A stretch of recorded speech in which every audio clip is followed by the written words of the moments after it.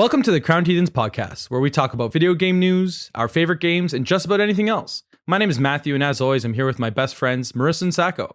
Now, I'd like to remind everyone that there are no stupid questions, so I'm going to start us off with a question right now. Marissa, what is today's topic? Right, I thought it was going to be a much stupider question than that, so you really surprised me there. Today I wanted to actually talk about what video game you believe made you a gamer. And like that's different than, let's say, a video game that you really liked or you played a lot, but like what video game pulled you into a universe or maybe made you realize gaming could be. So what I'm hearing from you, let me just clarify. You want us to say what games made us go from playing video games to living video games. Pretty much. Becoming one with the video game. Yeah. Maybe that's a good way to look at it. Well, I'm thinking like maybe it would be best if I started. Well, yeah, let's go. All right. So I had an original Xbox, and the game I had for the original Xbox that I will honestly say made me a gamer, or at least the gamer that I am right now, is, to no one's shock, a BioWare game. No. That was released, right? Shocking. It was released in 2005, and it was called Jade Empire. So with BioWare, it was a RPG. It was choice-based, so you could actually change the endings of the game, which when I found that out, like it blew my mind. I was like, there's different endings to this game. Like you can actually, like, my decisions matter. Like I can't just mass murder people and have no consequences. Like there was suddenly consequences in a world, and I could influence the other characters. I could make relationships with them. I could even romance them. I've never been so drawn into a story in my life, and I had no idea video games could do that. And that is like the moment I knew, like, I would play 100 video games over and over until I found another one like this, just to get this feeling again. So I guess that's what I mean by like what made you a gamer. So that's interesting, because I feel like that is a popular video game, like that is a popular way to end a video game with a choice base, but I feel like it's also not popular. Like I feel like a lot of games don't have that your choices matter, but at the same time I can name like a definite large handful. But maybe in later years, like I feel like in the original Xbox days, I don't know how popular that really was. So you said the game was called Jade Empire. So I've never heard of it. But so it had a very similar, so it was very similar to, it wasn't the most popular one that BioWare had created even for the original Xbox. Their most popular one was actually KOTOR, or Knights of the Old Republic, which was a Star Wars game, but they used the same like morality system in the game.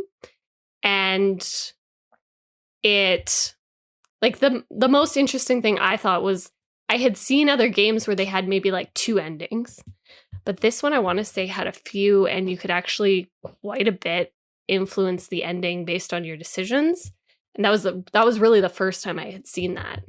I think it's definitely a more popular like trait in video games now, especially like open world games where you can kind of play different endings or different missions, different side quests that'll lead to different endings and different character traits.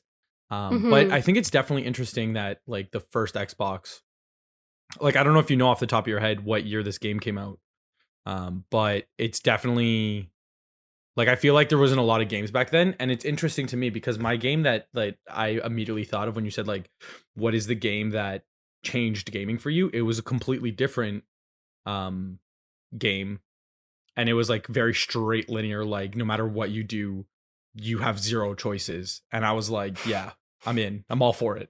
You were like, take away my choices, please. I feel like the choice-based games weren't like that might have been like a limit of the technology of the time, because like you couldn't make games that were 100 gigs, so you couldn't really have multiple cutscenes and stuff like that. Like you might have just been limited to what you had as far as storage goes, what the console was available, like your maybe like you mean dev times and stuff, like just trying to get the game to work properly. Well, so I like the other reason I love this game was the story. Like I had never seen such good storytelling. To the point that there's and I'm gonna spoil this, so I don't know if anyone out there is like suddenly like I have to play Jade Empire, like go for it, man. But the graphics are gonna be questionable and whatever. But basically you start off the person at the beginning of the game who like trains you, you get to where you think the end of the game is, and it's only like halfway through because they, pull the whole betrayal thing on you and kill you, and you enter the after. Like it's a whole thing that happens, but then you end up with, I want to say there's like 4 endings, which I had never really seen before. And there was a moment where you like went to go into the final fight, and I thought this was the funniest thing. So you go into the final fight, the big bad evil guy is standing there, and he's like, hey, like, you're really powerful and like all this stuff, but like, I'm still going to beat you. So if you give up now, I'll just like write your name in history forever, but I'm going to kill you. And then it gave you the choice. It was like, do you want to do this? And I was like, what do you like? I can just give up. And so I was obviously curious. So I said yes, because I had a save and I knew that. And you give up, and it's like this really sad ending where like the world is shit now, but you have a statue of yourself. So yay. And then there was like, I don't know, the amount of endings that they had given you was what really drew me in. Like it felt like they actually really cared about this game when they were making it. And not only that, but like different endings. Because like they've played games where it's like you can choose to do this or choose to do that, and then the one ending is like, oh, this is definitely what they were thinking of. They were leading up to it. The game immediately that I'm thinking of is Bioshock. I don't know if you guys. Like one ending is like, this is the ending that we want to try, and the other one is like, and they all died. It's just slightly different. Yeah. Yeah. This was slightly different too. I believe you could actually, like, based on, so there was 2 morality paths. The one they called open palm and the other was closed fist. So basically how you made your decisions actually changed the dialogue choices you got later in the game. I think that was a thing. So there was a lot of, like, it actually mattered your, like, step-by-step decisions in the game and not just an end decision. But I know Bioshock is like, if you don't harvest the little sisters, then you get the good ending. If you harvest one, you get the medium, and if you harvest all of them, you get the shit ending. Yeah, like it was kind of like a black and white thing. Like it was all depending on the little sisters. It was black, white, and a little bit gray, but mostly black. Yeah, because like if you harvested one, it was like basically the same ending as the bad ending, but like it was a little bit shorter. It was just weirder. So I definitely think it's interesting that this game gave you the options. But like I said, like the game that got me into it was like the complete opposite. And I feel like the storytelling is definitely something that got me into mine. And the game that I'm referring to is Final Fantasy IX. So as you guys know, huge Square Enix fan. But before I talk about that, like there was games that I played like on the Game Boy Color, and like I played Pokemon. Like Pokemon Silver is probably like the earliest memory I have, and it was fun, and I like played it for like hours and hours and hours, like nonstop. All I would do is play my Game Boy Color, but it didn't have that storytelling aspect. Like it's Pokemon, like catch Pokemon, be the best that there ever was. Like yeah, like obviously I was intrigued, but Final Fantasy IX really changed the way I viewed games, because I became an active player, and I joined this. I was able to enter the Final Fantasy IX universe, and the storytelling was so immersive. So just so there's a lot of Final Fantasy games, and I know you guys haven't played too many of them. I wouldn't say that you half of maybe one or any at all. So the biggest thing when I say I'm a huge Final Fantasy fan, and the biggest thing I hear whenever I tell anybody, yeah, like I love Final Fantasy, and they're like, oh, there's too many of them, like I can never get into them. The thing that I love about Final Fantasy is that there's similar traits to each universe, but every single numbered game has a completely different play style and a completely different universe.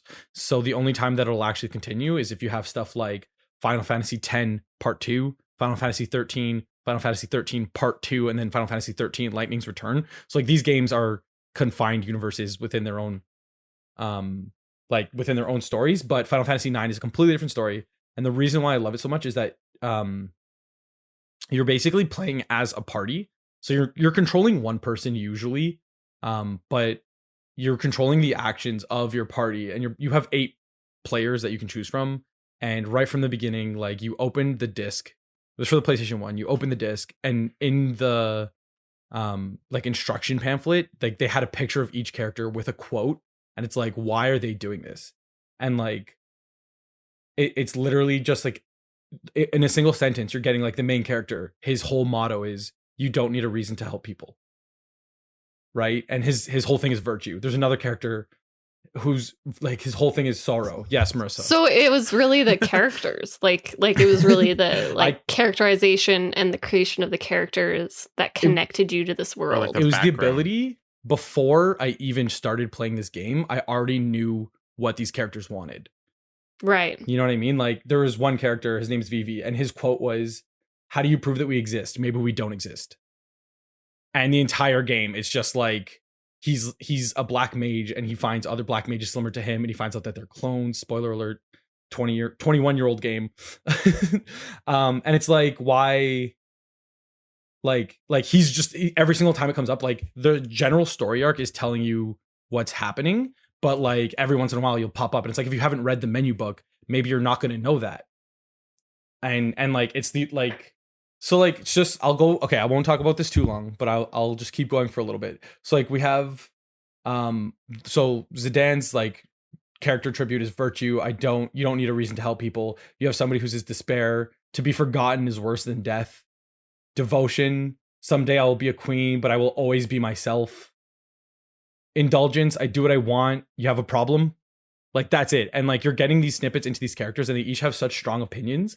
And then you're entering this game, and it's 70 hours to beat it. There's 4 discs. Like you have to flip through the discs, and it's like, I remember waking up as a kid before going to school, and I'd be like, I would play for like an hour. My mom would be like, where are you? Like, you need to go to school. What are you doing? And I was like in grade 7 or like grade 6. And it's just like that ability to just completely enter another, like that was the first time I really entered another universe. Which is like such an addicting feeling. Yes. And so now my question to you is, did Jade Empire make you feel like you were a part of that universe, or was it the multiple endings that really intrigued you? It was everything. Honestly, I'm citing the endings because I remember that sticking with me a lot. And it was something I soon became disappointed about in other games, like when I didn't have choices at the end, meaningful or not, whether they were huge choices or not. I got really disappointed if I couldn't influence the game based on my decisions, because I think that that's the most interesting part about playing games, which is why I do love a good RPG. But the world itself too, like they had created such interesting characters, an interesting world. They told a really interesting story. I just think I was constantly intrigued by what was happening. And if I like playing it again, I have played it a couple of years ago. Again, now I look at it and, you know, you're seeing what's missing, but it really was the game that I realized, wow, this is like what video games can do. This, they can pull you into this world. They can let you make decisions that matter, and you can really tell your own kind of story through this world. Like you're actually influencing the world as well as being drawn into it. So for you, it was the influence on the world. For me, it was like just the in-depth storytelling. Like I couldn't get this much storytelling from a movie. Like even if a TV show, I spent 70 hours watching a TV show, I wouldn't feel. So like for me, it was like the in-depth storytelling. For you, it was the ability to change like these characters, these worlds, and influence them. My question now, Sacco, what was the game? Like, do you have this opinion on a game? Like, what was your game?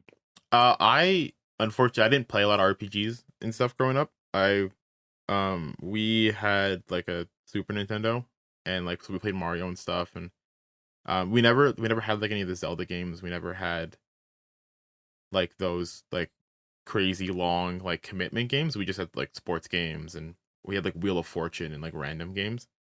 I didn't end up playing RPGs until much later.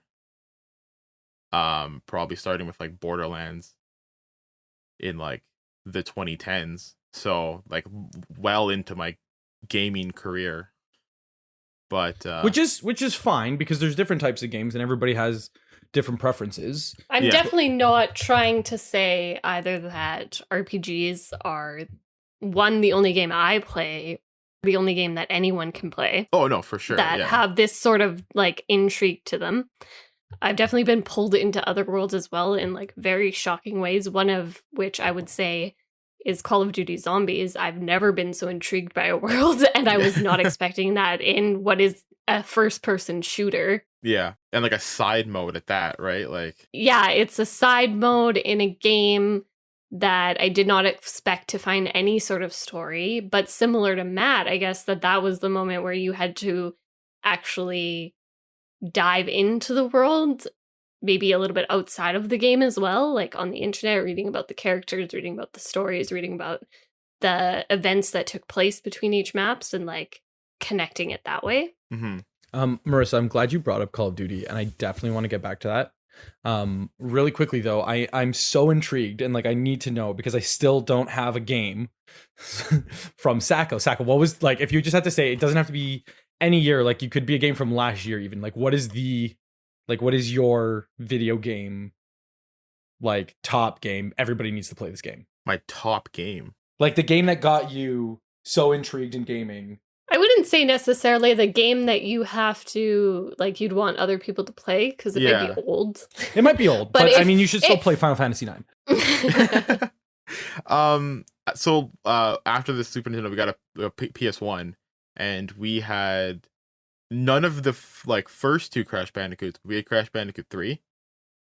And like that was like, me and my brother would play video games together, because we had like Wheel of Fortune, like we like had like weird 2-player games, and like Crash Bandicoot. You're telling me Wheel of Fortune didn't make you a gamer? No, unfortunately, it did not. I honestly, I was so excited. I thought you were going for it. I'll take Crash Bandicoot as a close second.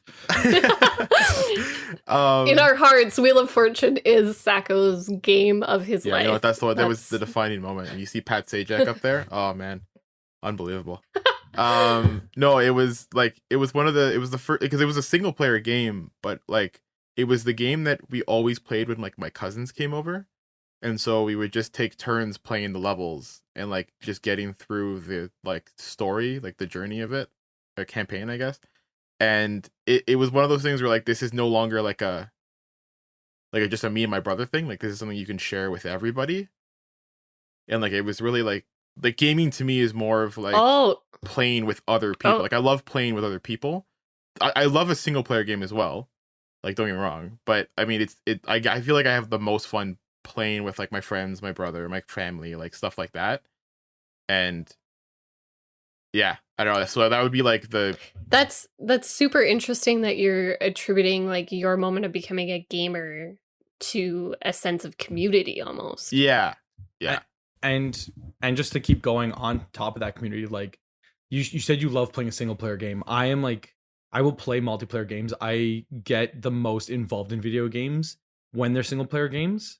Like I don't care if I'm playing at 3 a.m. in the morning or right after work. Like, I will play the single player game and I will put 70 hours into it.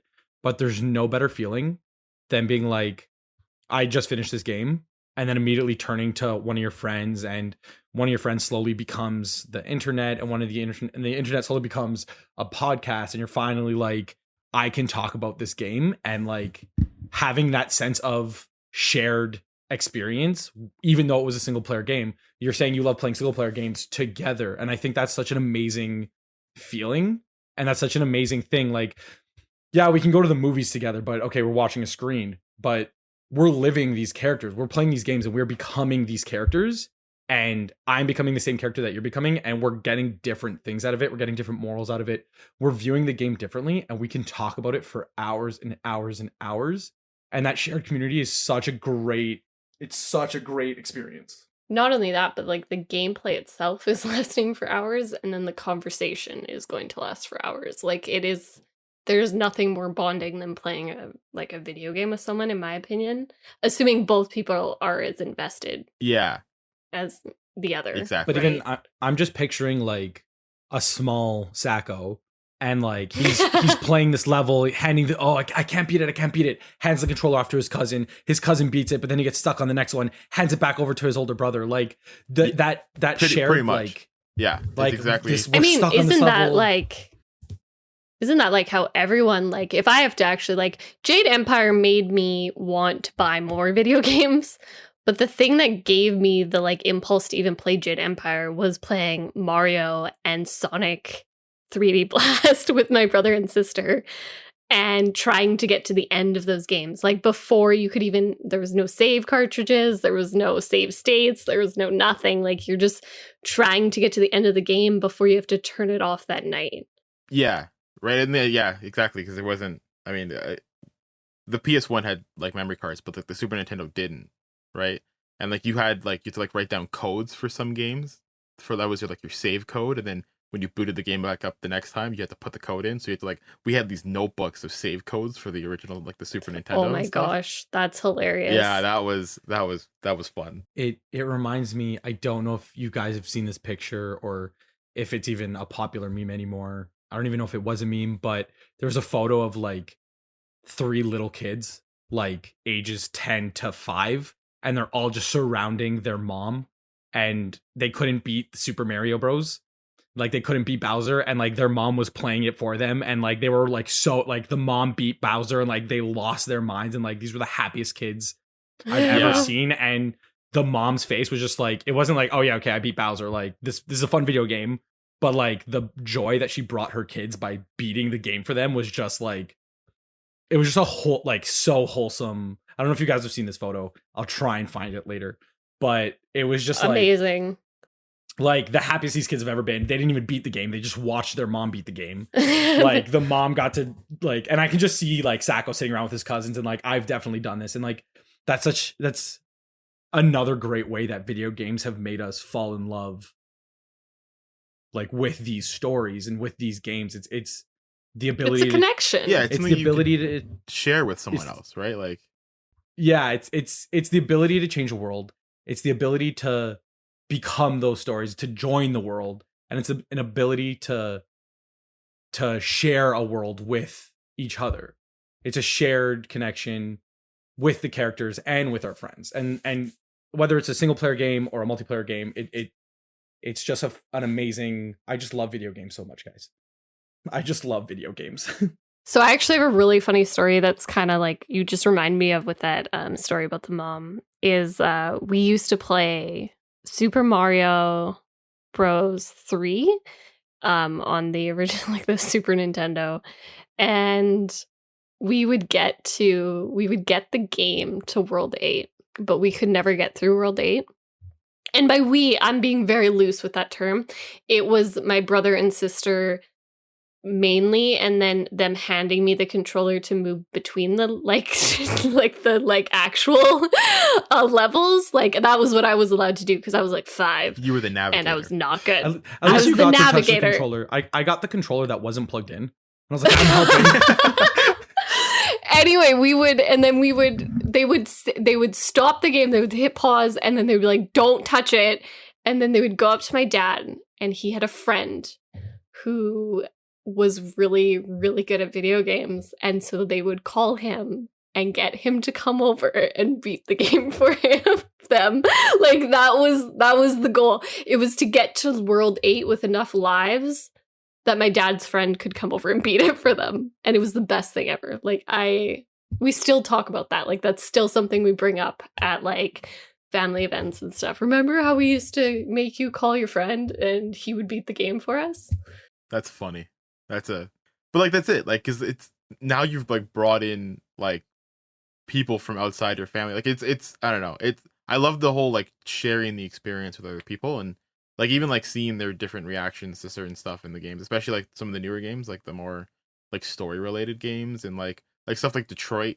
right? Like those like really intense moments, really intense choices, like watching someone else play that and be like, oh, I didn't pick that when I played it. Like that was, and I didn't think you were gonna pick that when you played it. Like having that. Yeah, I mean, that's something me and my best friend, her name is Megan, like that's what we do is like when we hang out, we play a video game, and usually it's a one player game, and one person is watching the other person and just kind of being like, "Oh, I didn't even know you could do that," or like, "Wow, you got past the level I got to," and like that's how we hang out. Well, even the fact that you guys, or Sacco, I think you brought up Detroit, and it was like I saw that game and I was like, oh, that's an interesting concept. I don't know if I'm gonna play it. And then both of you sat me down and were like, no, we're playing it. And like I will remember, like I will never forget the moment where I was like, okay, like okay, like we'll play it, and like it's a solo player game. I sat down and you guys were just staring through my soul, just like, what's he gonna do? What's he gonna do? What's he gonna do? What's he gonna, and then like I would do something and you get a gasp from the side. I'm like, well, did I fuck it up? Did I make the wrong choice? Wait, can I go back? Like, what did I do? And like just that added suspense. And it started off with being like, all right, I'll play the game. And then it was like, can we play? Like, can I, like, now I have to finish it with you guys there. So can we play, please? And you're like, okay, like we're gonna go do, no, we're playing. Like we need to play right now. Yeah. And like I'll you never need to forget finish that. this. Okay, but that's interesting, Matt, because that was a game that I had actually, like Megan had basically done that to me. I was over at her house and she sat me down, she handed me the controller and she was like, "You're playing Detroit." And I was like, "I don't know." And then it started loading in and I was like, "Is this a scary game? Like, are you trying to trick me here? Like, this is going to be like a horror thing, isn't it?" And she was like, "No, I promise it's not scary." I didn't trust her. I didn't think I was going to like it. But we got into the game and I was addicted to the point that, well, you know, Matt, that I sat you down and basically did the same thing to me. And I haven't done it yet, but I promise you I will sit somebody down and I will watch them play that game. And I will do the exact, and it's that cycle that's just going to keep on going. And the storytelling ability that Detroit had, and that all these games that we're mentioning have, like, it doesn't even have to be the RPG, like Crash Bandicoot. Like, I guarantee you Sacco's gonna sit down one day and make somebody play Crash the way he used to, and like just the ability to enter these worlds is just so amazing. And it's I don't know, I'm almost speechless. I'm the speechless podcast holder. All right, so speechless podcast holder, let's talk about what video games you're playing right now.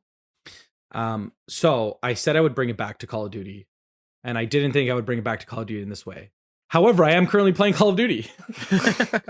So still, I'm still playing zombies, and it kind of relates to what made me fall in love with video games. I'm gonna bring it back just a really quick second.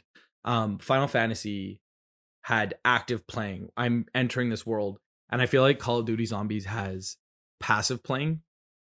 And it's like, I can spend hours and hours, and like I'm entering the zombie universe, but it's more of escaping hours kind of thing. Yeah, you don't play it to go into that world, you play it to forget about all your problems in this one. And 100%. And it started in high school. Like the first time I played Call of Duty, like I played the story mode and I played online, and it was like, okay, yeah, like whatever, like it's a shooter game, blah blah blah. And then I was just like, I have an hour to kill, like what am I gonna do? And I loaded the first zombie game in World at War, and I was like, the birds were chirping, and I was like, oh my god, like I just spent 10 hours playing this game, like that's amazing. And to this day, like work's getting so busy, like I have 5 hours to kill, like, oh, I can start a video game, like I don't have a lot of time, like I just want to play zombies, load up the game, play it with friends, even play it solo, and just like escape the world for everything that's going on. It's like I can just shoot zombies and maybe try and unlock an Easter egg, maybe just try and survive, and at the end of it, like, yeah, maybe I'll lose at round 2, maybe I'll lose around 10, maybe I'll lose around 20, but it was like that escapism is just fantastic. And that's what I'm doing right now. So I'm just playing the new Call of Duty Cold War Zombies just on repeat. So it's interesting to hear you talk about zombies like this, because And I definitely have played it to just forget about everything. But 9 times out of 10, when I'm playing zombies, I am tying everything into the very sometimes paper thin plot that they've created for this game, in the sense that I don't think I would be still playing this game if I had not Googled what the zombies were saying, which was Sam, and been like, who is Sam in Call of Duty Black Ops 1? And found out the story involved in it. Like, the story is what pulls me into zombies, which is weird to say, but it does. So it's always interesting that you play it to just forget. It's like that experience we were talking about, where it's like we can play the exact same thing in the exact same way and get something completely different out of it. And I'll play JRPGs, I'll play The Legend of Zelda, Final Fantasy, I will play list of games that I'll put so much time into, and like as soon as I get hooked, it's kind of like when you're reading a book and it's like the first chapter takes a little bit of time and then suddenly the book is done and you're like, how did that happen? I will do that with lots and lots and lots of games. Call of Duty Zombies is a game where I go to and it's like, I need to kill some time and I don't want to think. I need to go into autopilot mode, load up zombies. Yeah. And that's always what it'll be for me. I'll gladly do the Easter eggs. I love the storyline, but I'm never going to go and be like, okay, like I need to figure out the story. It's like, no, I need to go on autopilot for the next 10 hours, the next 5 hours. What makes me sound like I'm not an addict? I need to go on autopilot for the next half hour. Let's play some zombies. Nobody plays zombies for a half hour, Matt. We all know you're lying. Yeah, all right. The birds are chirping and I'm still just trying to turn the power on. Yeah. All right, Sacco, what game are you playing right now? I'm still playing Shadow of War. Just still hooked on it, yeah, right? Still grinding through that story. I plan on getting all the achievements at some point. But I'm still just working through the story right now, and I really enjoyed, I don't know how far you are, I really enjoyed the Shelob backstory that you kind of get. It was like a super side mission, like it was like collect the pictures, but the story arc for that was amazing. Yeah, if you pay attention to it, because it's like the background of like Sauron and how he became like the evil bad, like the big bad evil guy from the movies, right, and stuff, and the books and all that. And there's a lot of stuff that, like, if you really dive deep into and do all like the side missions, like it explains a lot of like the Lord of the Rings world, right? It's really interesting. It's really good. I'm enjoying it. And not only does it explain a lot of the Lord of the Rings world, it does it in a way that doesn't seem retroactive. Yeah, like it doesn't cancel the movies. Like it takes place in the same universe but at a different time, and like it fits into the movies, it fits into the books. Yeah, like it makes sense. It's before the movies, right? I think. Yeah, it takes place. I think like 40 years. Well, if it took place after the movies, then a lot of the enemies you're mentioning wouldn't be a thing. Yeah.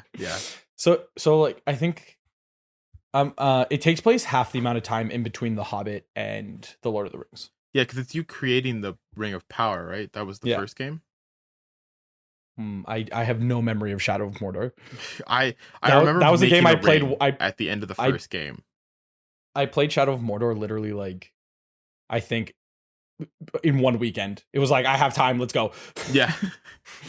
Well, let's Marissa, what game are you currently playing? All right, so you're going to be really happy to hear this, Matt. I'm excited. And I'm ready to go. I'm just making sure that I get the right number of this game that I'm playing. No. Is it 1? Is it 2? Is it 13? Is it 13 part 2? I believe it's 15.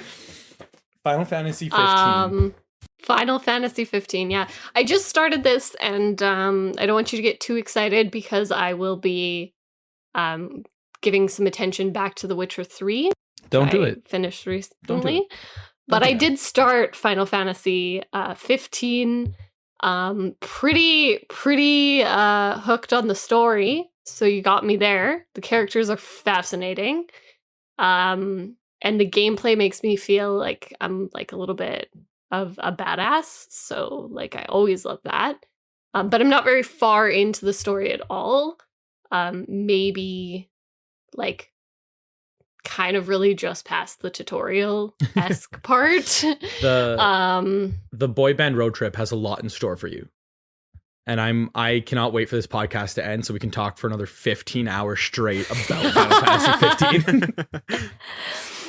Yeah, I'm actually really enjoying it so far, and it has pretty much everything I love in a game, but in a way I've really not seen before. Like, it's a very different style at the same time.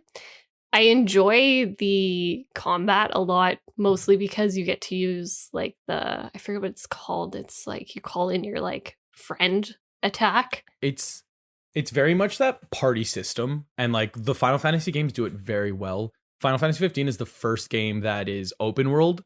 The other ones are usually turn-based, but like the ability to have it's what I was mentioning with Final Fantasy 9, where like you're controlling one person, but you're really controlling the entire party at the same time, and it doesn't feel janky. Like it works, and Final Fantasy 15 does that so amazingly.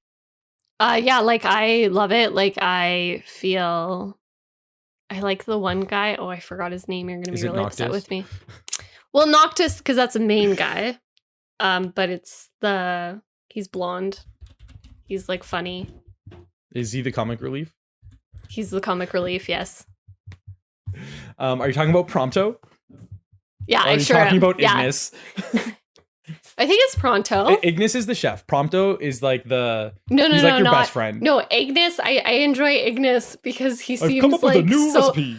He seems so out of place with the group of people that have assembled. Like he's like the only adult, like the chaperone, and everyone else is just like I'm sure he wants to like settle down with a glass of wine and like not deal with these children anymore. Like that's the sense I get from him. Ignis is wanting to settle down with a glass of wine, and Prompto is shotgunning a beer in the background. Yes, absolutely. Prompto is you, which is maybe why I enjoy his character. Yes.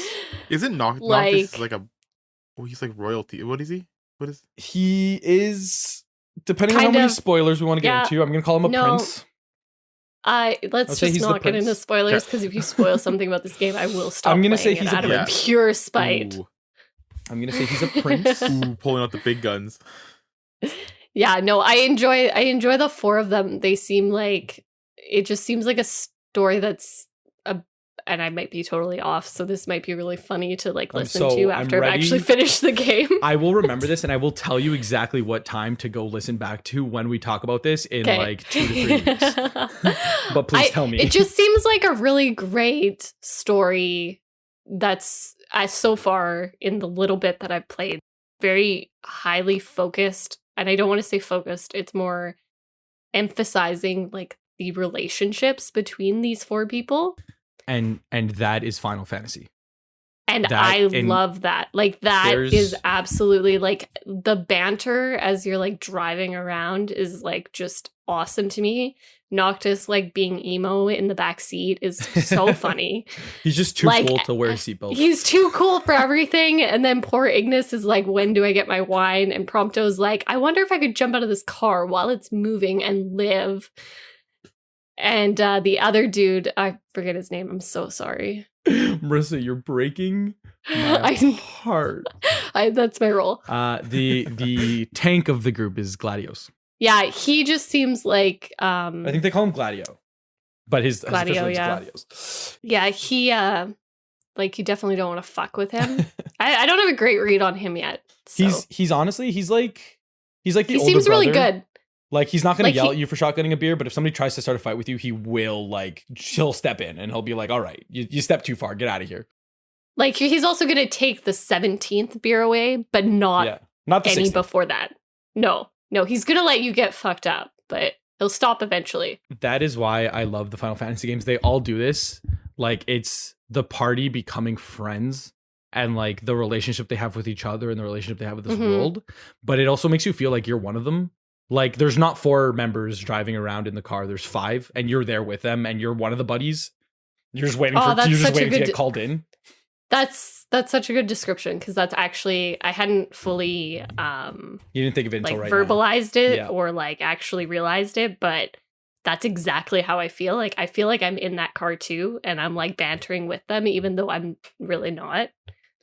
But it feels like they've done a good job of creating that feeling, which is kind of amazing. And that's why I fell in love with these games. And if you're on the fence about playing Final Fantasy, we are not sponsored. However, you don't have to play any of them. Final Fantasy 15 starts every single time with a Final Fantasy for beginners and fans. So if you were looking for a new game, I would recommend Final Fantasy 15 or any of the Final Fantasies, but Final Fantasy 15 does have the best graphics. It looks really fun. Like I've seen gameplay of it. I haven't gone around to playing it, but it does look very like high action. Like especially like the fight, like the combat parts, like super high action, super crazy, and then you just stop and like and immediately your car's broken down and you're trying to find a part. Yeah, and right. It's that quick and it doesn't take you out of it. It's fantastic. I have 2 points to say. One, Marissa, call me in 40 hours when you've played.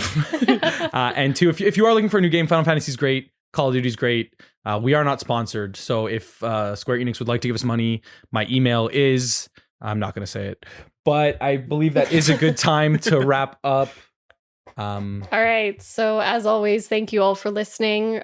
For more Crowned Heathen content, you can check out our YouTube account called Crowned Heathens. Currently, we're actually filming a series called WWMD, or What Would Matt Do? It's about as fun as it sounds. You can also check out our Instagram, Twitter, and Facebook accounts, and they are all at Crowned Heathens. Until next time, thanks.